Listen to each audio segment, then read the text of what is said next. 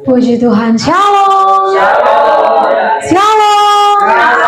Shalom. Masih kurang. Haleluya. Haleluya. Haleluya. Ya, puji Tuhan, saudara. Salam haleluya. Kalau tadi siang kita dengar firman Tuhan, cek Bapak Gembala bilang kita sebagai orang Kristen ada identitas kita adalah salam Pentakosta. Haleluya, 3 kali itu adalah seruan Pentakosta ya Bapak Gembala. Jadi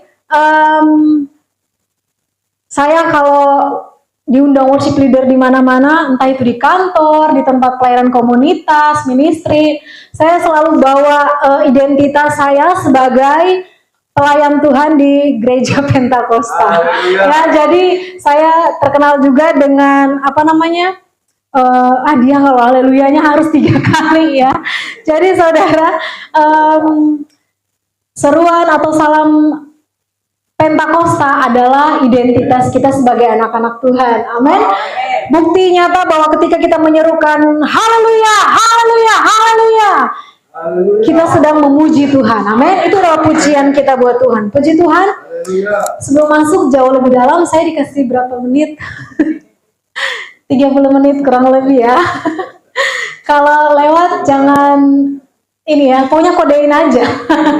Puji Tuhan. Saudara, izinkan saya untuk sharing sedikit sebelum kita masuk. Jadi beberapa menit yang lalu saya diingatkan tentang satu peristiwa. Jadi sekitaran 15 tahun yang lalu saya dipercayakan Tuhan untuk melayani di Pulau Bangka Belitung. Dan di sana tuh kita ada Jadi di setiap hari Selasa itu kita ada komsel ya. Ada komsel, jadi setiap hari Selasa ada 2 cabang gitu. Di Merawang sama yang di Sungai Liat ya, di daerah Pulau Bangka Belitung. Yang satu ikut Bapak, jadi pengerja ada 2. Saya pengerja perempuan satu-satunya dan ada lagi satu pengerja laki ya. Jadi salah satu punya harus ikut Bapak Gembala. Kalau Bapak Gembala ke komsel yang satu, Ibu Gembala ke komsel yang satu, pokoknya salah satu pengerja harus ikut dengan Bapak Gembala atau Ibu Gembala. Dan puji Tuhan saya bisa main alat musik, baik itu keyboard sedikit-sedikit ya, dan gitar. Waktu dijemput, saya lulus dari sekolah kitab, Bapak Gembala nanya dalam perjalanan, bisa main alat musik? Oh bisa Bapak Gembala, itu pun main alat musik hanya dengan benar-benar pertolongan Roh Kudus ya. Saya nggak menyangka kalau dalam pelayanan saya akan ditunjuk, itu kan beda ya kalau kita penyembahan pribadi dengan main di komsel kan beda ya. Dan saya mulai melatih untuk main alat musik. Puji Tuhan, jadi kita mengikuti kegiatan komsel, ibadah komsel. Dan yang selalu bikin saya seperti naik roller coaster itu, perasaan saya ya adalah ketika saya ikut dengan Bapak Gembala, contohnya satu hari, terus Bapak Gembala, jadi saya worship leader sambil main gitar gitu saudara di komsel. Saya udah pimpin pujian sambil main gitar, saya bilang, saya serahkan kepada Bapak Gembala untuk selanjutnya membawakan kebenaran firman Tuhan. Bapak Gembala pimpin doa, terus Bapak Gembala bilang, pas setelah amin, Indah yang akan bawa firman Tuhan. Dan hari ini kejadian lagi saudara kepada saya. Sepertinya memang ciri khasnya pendeta-pendeta GPDI memang gitu saudara. Kalau kamu hamba Tuhan kapanpun ditunjuk harus siap. Jadi saya wah itu tapi ini adalah kesukaan dan sukacita buat setiap hamba-hamba Tuhan, walaupun itu hati perasaan tuh kayak naik roller coaster. Yang udah pernah naik roller coaster boleh angkat tangan. Rasanya nano-nano ya. Tapi saya percaya tidak ada yang kebetulan. Tuhan hadir di tengah-tengah kita. Dia secara kasat mata tidak terlihat, tapi saya percaya bahwa kita dapat merasakan kehadiran Tuhan. Amin. Puji Tuhan, tidak berlambatan waktu. Mari kita sama-sama buka dalam kebenaran firman Tuhan yang hari ini saya rindu untuk kita belajar bersama-sama dalam suratan Filipi pasalnya yang ketiga, saudara.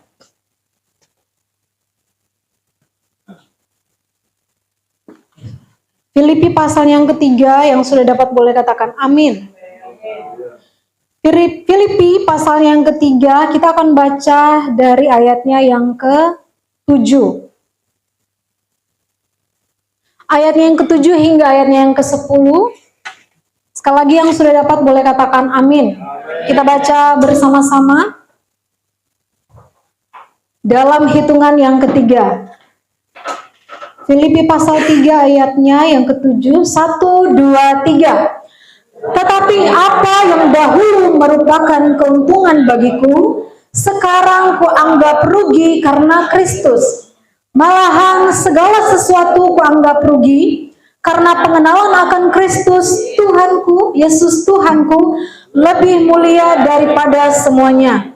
Oleh karena dialah aku telah melepaskan semuanya itu dan menganggapnya sampah, supaya aku memperoleh Kristus dan berada dalam Dia, bukan dengan kebenaranku sendiri karena menaati hukum Taurat, melainkan dengan kebenaran karena kepercayaan kepada Kristus, yaitu kebenaran yang Aba anugerahkan berdasarkan kepercayaan. Yang 10, yang ku kehendaki ialah mengenal Dia dan kuasa kebangkitannya dan persekutuan dalam penderitaannya, di mana aku menjadi serupa dengan Dia dalam kematiannya. Puji Tuhan, saudara, ini adalah merupakan tulisan daripada Rasul Paulus atau yang kita kenal surat Rasul Paulus kepada jemaat-jemaat yang ada di Filipi ya. Nah, saudara, siang hari ini, sore hari ini saya rindu untuk memberikan tema atau judul khotbah, yaitu hidup yang berkenan kepada Tuhan. Amin. Di dalam ayatnya yang ke-7, kalau kita balik lagi ke sana, saya bacakan sekali lagi untuk kita semua, dibilang begini. Tetapi apa yang dahulu merupakan keuntungan bagiku, sekarang kuanggap rugi karena apa katanya?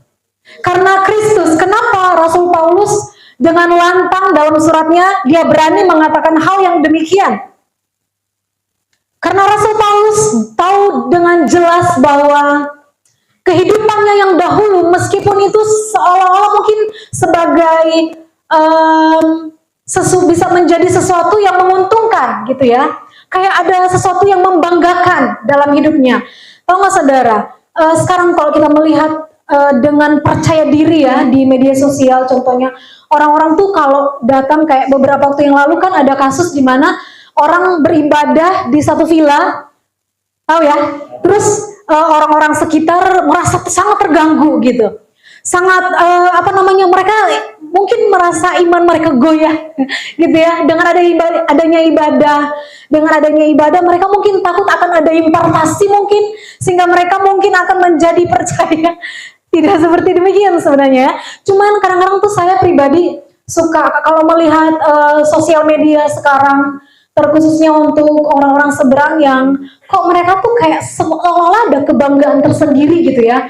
Kalau mereka melakukan penganiayaan gitu terhadap orang-orang yang bagi mereka adalah orang-orang kafir. Toh kita adalah orang kafir kan bagi orang-orang seberang ya. Dan mereka justru juga adalah orang kafir bagi kita ya, orang yang tidak percaya kepada Tuhan. Tapi saudara, itu yang saya renungkan. Namun ternyata saya pribadi menemukan bahwa oh iya, memang kita tuh berbeda dengan mereka ya. Bagi mereka itu ketika mereka melarang orang beribadah, atau ketika mereka, bahkan yang paling mengerikan adalah kayak contohnya mereka melakukan sesuatu yang lebih daripada itu, mereka menganiaya ya, sampai benar-benar udah fisik gitu ya. Bagi mereka itu sesuatu kebanggaan ternyata. Bahkan itu adalah sesuatu yang memang harus gitu ya, kayak membela agama gitu. Sedangkan itu nggak ada di kekristenan. Setuju ya saudara?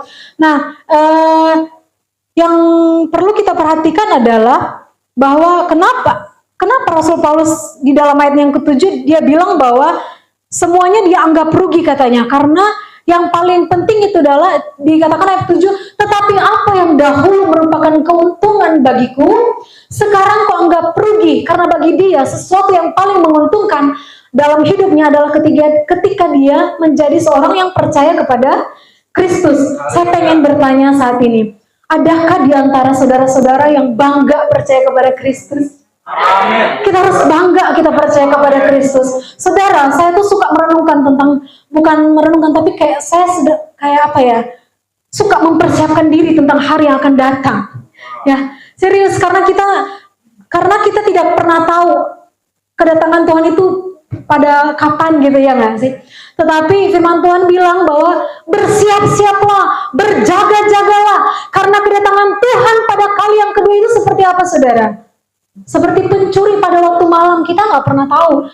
Jadi yang saya pribadi sedang persiapkan hari ini adalah, Tuhan, kiranya saya didapati Tuhan berkenan di hadapan Tuhan, sehingga ketika Tuhan datang pada kali yang kedua, entahkah itu rapture atau pengangkatan, hati saya siap, hidup saya siap. Demikian juga saudara, kita sebenarnya bisa dikatakan bahwa kita tidak punya waktu lagi untuk berlenggang-lenggang kangkung, membuang-buang waktu, karena mungkin saudara ada di antara kita mikirnya kayak, masih lama kok. Tapi percayalah, orang-orang yang melekat dengan Tuhan, mereka akan senantiasa menanti-nantikan Tuhan.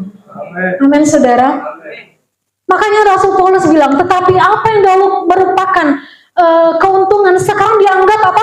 Rugi. Karena yang paling penting, sesuatu yang berharga adalah ketika dia mengenal Kristus. Kita baca ayat yang ke-8, saudara. Di dalam Filipi pasalnya yang ke-3. Sebentar ya.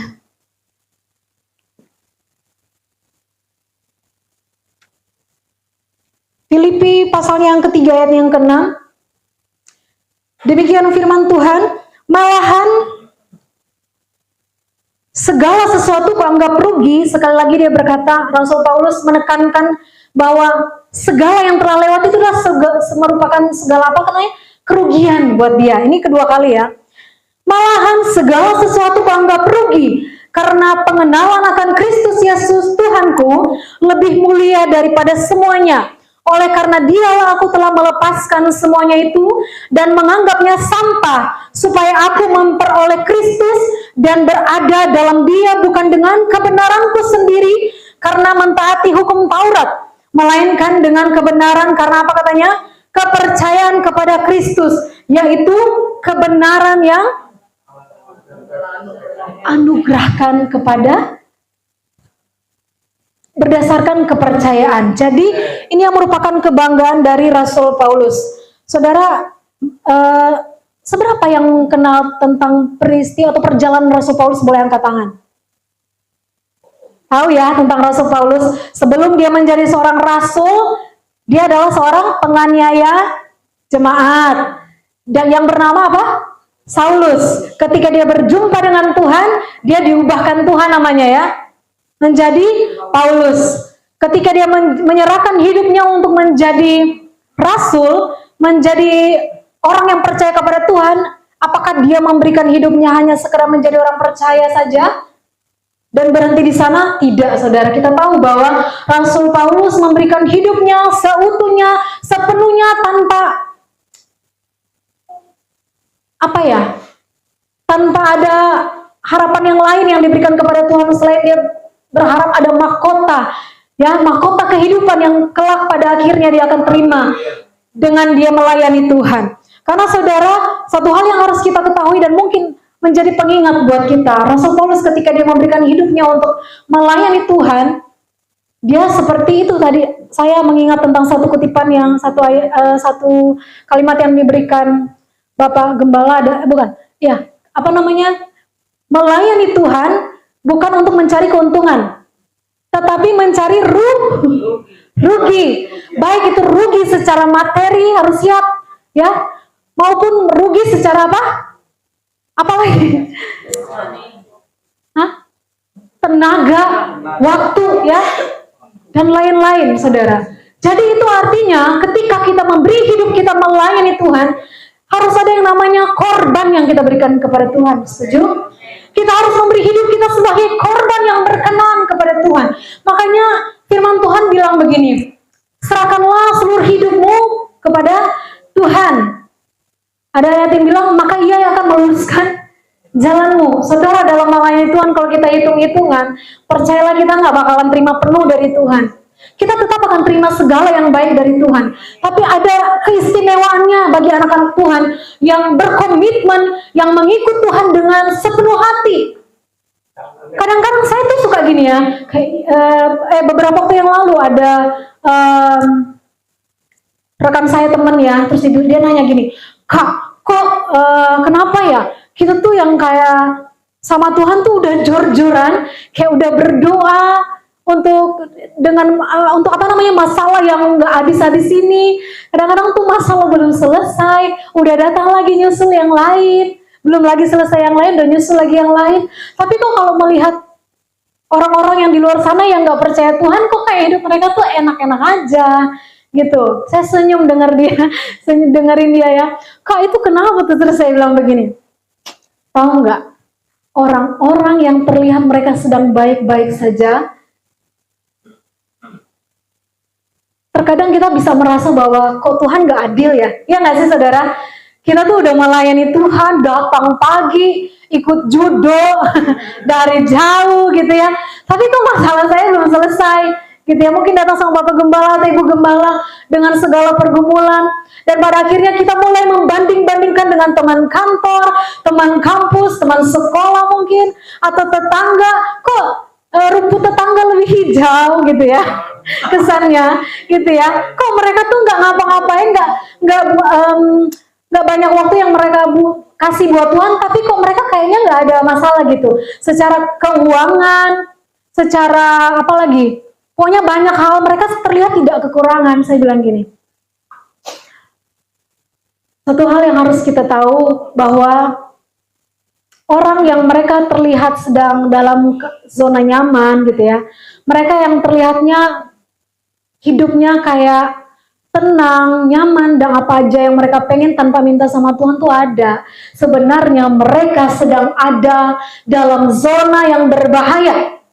Kenapa? Dia tanya, loh kak kok gitu? Gitu ya, kak kok gitu? Kenapa saya bilang mereka sedang berada dalam zona yang berbahaya? Nggak usah jauh-jauh lah, karena teman saya ini kan dia kayak aktivis inilah TikTok dan lain-lain ya. Tahu lah tentang perkembangan zaman, kayaknya tahu lah dengan influencer dan lain-lain. Saya bilang nggak usah jauh-jauh, contohnya influencer ini saya bilang. Bahkan dalam podcast kan mereka tuh kayak ada beberapa orang influencer yang berani ngomong kayak gini, iya saya tuh kayak kalau bicara tentang apa yang mereka punya gitu ya, saya tuh sampai udah nggak tahu lagi duit saya tuh mau dikemanain. Saya nggak tahu penghasilan saya berapa, pokoknya saya nggak, kalau lagi perlu ngomong aja sama manajer saya, atau manajer saya ya nyokap gue sendiri gitu ya, ya saking banyaknya duitnya udah nggak tahu pokoknya nilainya berapa gitu ya. Loh kita kan yang bayar harga sama Tuhan tuh bisa aja yang kayak, nah saya udah habis-habisan buat Tuhan tuh kok secara materi kenapa kok seolah Tuhan biarin gitu ya? Kok apa ya Tuhan pilih kasih? Enggak dong teman-temannya, setuju ya? Enggak. Itu yang saya bilang tadi, orang-orang yang tidak mengenal Tuhan, orang-orang yang terlihatnya sedang dalam zona nyaman, mereka sedang berada dalam zona yang berbahaya. Karena kenapa saudara? Ketika kita nggak pernah tahu, seperti yang tadi saya bilang, kedatangan Tuhan itu bisa dua ya, entah rapture, masa pengangkatan atau kematian. Kita mati kapan kita nggak tahu ya, bisa besok lusa, kalau bisa Tuhan jangan dulu lah karena belum siap ya. Maksudnya iya nggak sih saudara, belum siap karena masih banyak hal yang pengen dilakukan buat Tuhan toh. Nah sedangkan orang-orang yang tidak mengenal Tuhan, mereka tidak pernah berjuang untuk itu, mereka tidak pernah berjuang untuk mempersiapkan diri tentang hari kedatangan Tuhan. Jadi saudara, saya ingin bertanya sama saudara, kalau orang-orang yang tidak mengenal Tuhan, ketika masa Tuhan menjemput mereka harus berpulang, mereka kemana tuh?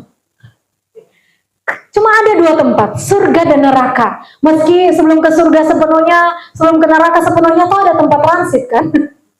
Ada Hades, Firdaus ada kan ya. Nah sebelum mereka ke neraka, sebelum ke surga, kita kan harus mempertanyakan kan, hidup ini sudah berkenan atau enggak. Jadi itu yang saya bilang, ketika mereka yang tidak selama hidup mereka tidak mencari Tuhan, tapi hidup mereka terlihat baik-baik saja, itu yang saya bilang mereka sedang tidak baik-baik saja.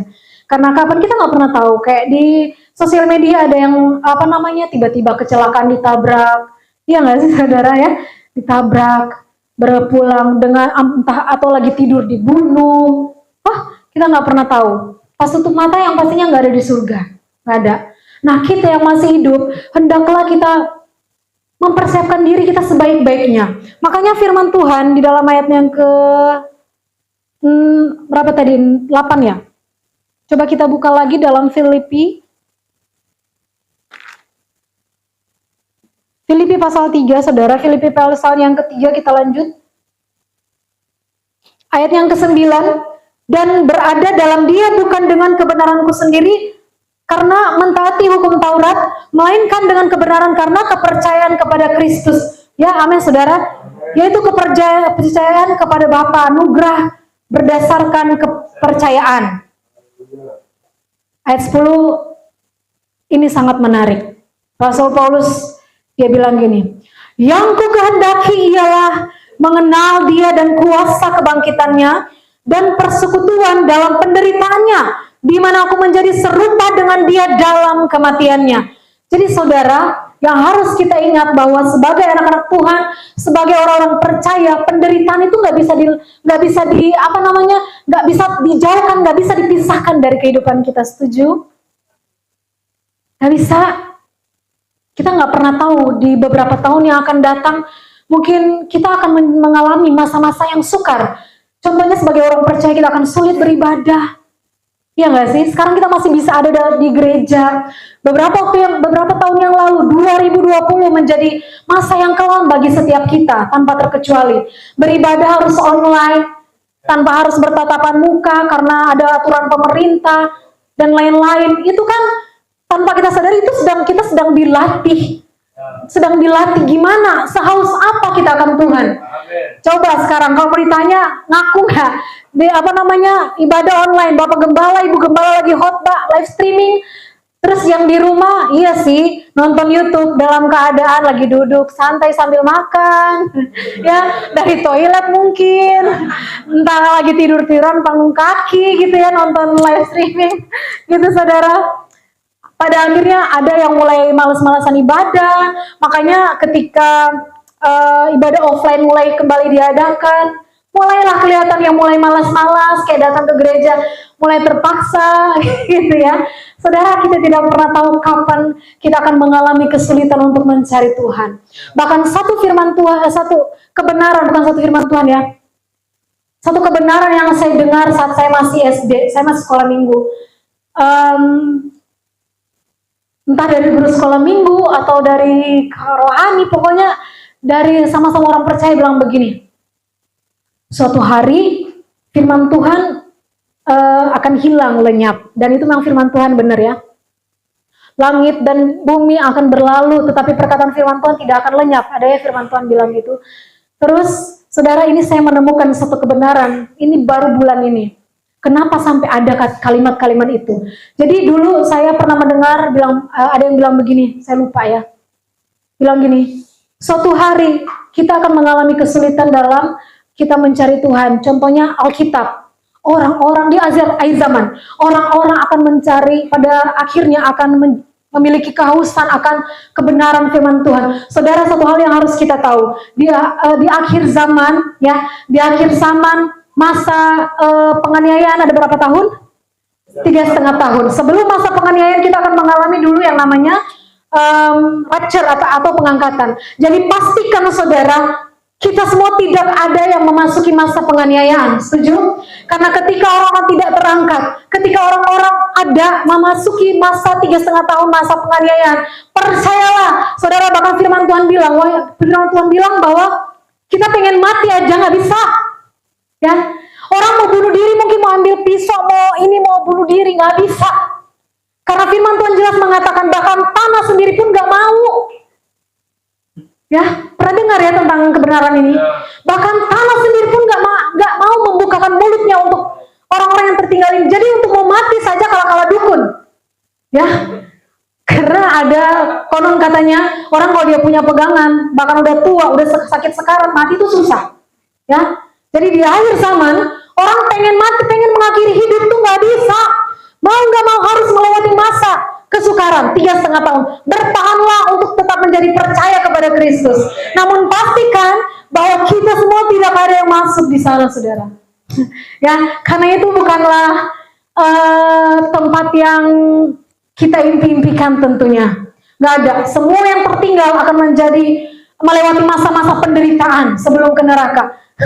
Sebelum di neraka adalah tempat penderitaan, 3,5 tahun itu pun tempat penderitaan, saudara. Bahkan orang satu dengan yang lain akan menyerahkan sesamanya. Waduh, dia bersembunyi di sana. Ya, kita akan mengalami kesulitan bagi tidak kita. Orang-orang yang tertinggal, saudara. Maka pastikan bahwa kita berjuang kali ini. Pastikan bahwa Tuhan mendapati hidup kita menjadi hidup yang berkenan buat Tuhan. Pastikan masa-masa yang tersisa ini menjadi masa di mana kita seperti Rasul Paulus bilang, yang ku kehendaki ialah mengenal Dia. Mengenal Dia, mengenal Kristus. Amin, saudara. Orang yang rajin beribadah itu, bahkan yang ikut pelayanan loh. Kita nggak bisa dengan jangan terlalu percaya diri bahwa saya udah ikut ambil bagian dalam pelayanan, saya pasti masuk surga. Sampai pada akhirnya tanpa kita sadari kita mengabaikan suara-suara Tuhan yang sudah disampaikan lewat hamba-hamba Tuhan, baik itu tentang pengampunan, tentang tentang banyak hal untuk mengenai kebenaran, saudara.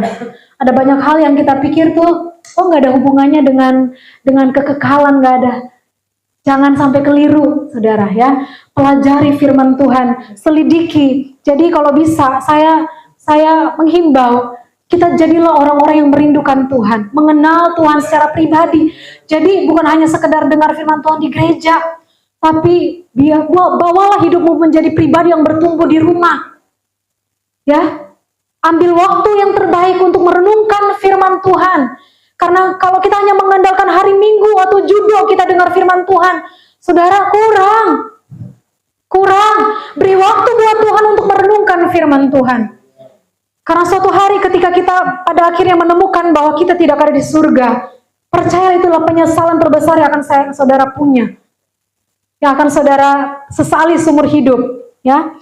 Selanjutnya saudara, ayat kita loncat di dalam ayatnya yang ke-13, masih dalam Filipi. Haleluya. Dalam Filipi pasal 3 ayatnya yang ke-13, dari ayat 13. Haleluya. Ayatnya yang ke-13 demikian firman Tuhan. Saudara-saudara, aku sendiri tidak menganggap bahwa aku telah menangkapnya. Tetapi ini yang kulakukan. Aku melupakan apa yang telah di belakangku dan mengarahkan diri kepada apa, saudara? Kepada apa yang di hadapanku dan berlari-lari. Coba baca dengan lantang, saudara, baca dengan lantang ayat yang ke-14, 1, 2, 3. Dan berlari kepada juara untuk memperoleh hadiah, yaitu panggilan surgawi dalam Kristus Yesus. Jadi sebagai anak-anak Tuhan, sebagai orang percaya, ternyata kita memang benar-benar dalam hidup kita seperti Paulus juga bilang, bagaikan perlombaan. Kita semua sedang berlari-lari. Ayat 14 bilang, kita berlari-lari kepada tujuan. Jadi percaya ya bahwa dalam setiap kehidupan kita ada tujuan yang Tuhan rindukan dalam kehidupan kita, yaitu kita semua bisa menikmati kekekalan bersama dengan Tuhan. Amin. Untuk memperoleh hadiah. Jadi percaya saudara, dalam perlombaan, setiap perlombaan pasti ada yang namanya apa? Hadiah. Ya, Tuhan memberi hadiah bagi mereka yang dengan giat berjuang. Gak mungkin orang yang berlelet-lelet dalam lomba lari kayak, ntar juga gue menang, gak taunya kesalip. Ya, kesalip akhirnya dia kehilangan kesempatan untuk memperoleh hadiah. Ya, demikian juga kita jangan berlelet-lelet. Ya, kejar Tuhan sungguh-sungguh. Pastikan hidup kita berdampak. Pastikan hidup kita berkenan buat Tuhan. Amin, saudara. Pastikan kita tidak membuang-buang waktu. Pastikan kita tidak membuang kesempatan yang Tuhan beri. Karena waktu semakin singkat. Ya, waktu semakin singkat, kita nggak punya banyak waktu lagi, saudara. Oleh sebab itu, mari kita berlari kepada tujuan seperti Rasul Paulus bilang. Dia berlari-lari kepada panggilan surgawi. Oleh sebab itu, saudara, mari terus hendaknya kita semakin hari semakin mengasihi Tuhan. Karena nggak akan ada orang masuk surga kalau tidak mengasihi Tuhan dengan sepenuh hati. Nggak bisa. Pastikan kita mengasihi Tuhan dengan sepenuh hati. Pastikan kita mengasihi Yesus lebih dari segalanya. Amin saudara, sehingga pada akhirnya kita akan menikmati janji Tuhan dalam setiap kehidupan orang yang percaya. Tadi lagu sangat menguatkan ya. Dibilang kasih-Mu layakkan seluruh hidupku. Mampukan ku melakukan yang Kau inginkan. Tak bisa ku terlepas dan Kau memegang tanganku. Ingin lebih mengenal pribadi-Mu. Pastikan ini bukan hanya sekedar pujian atau lirik yang indah yang kita nyanyikan buat Tuhan di gereja. Tapi pastikan ini menjadi pengakuan kita buat Tuhan. Amin. Saya undang kita semua bangkit berdiri saudara.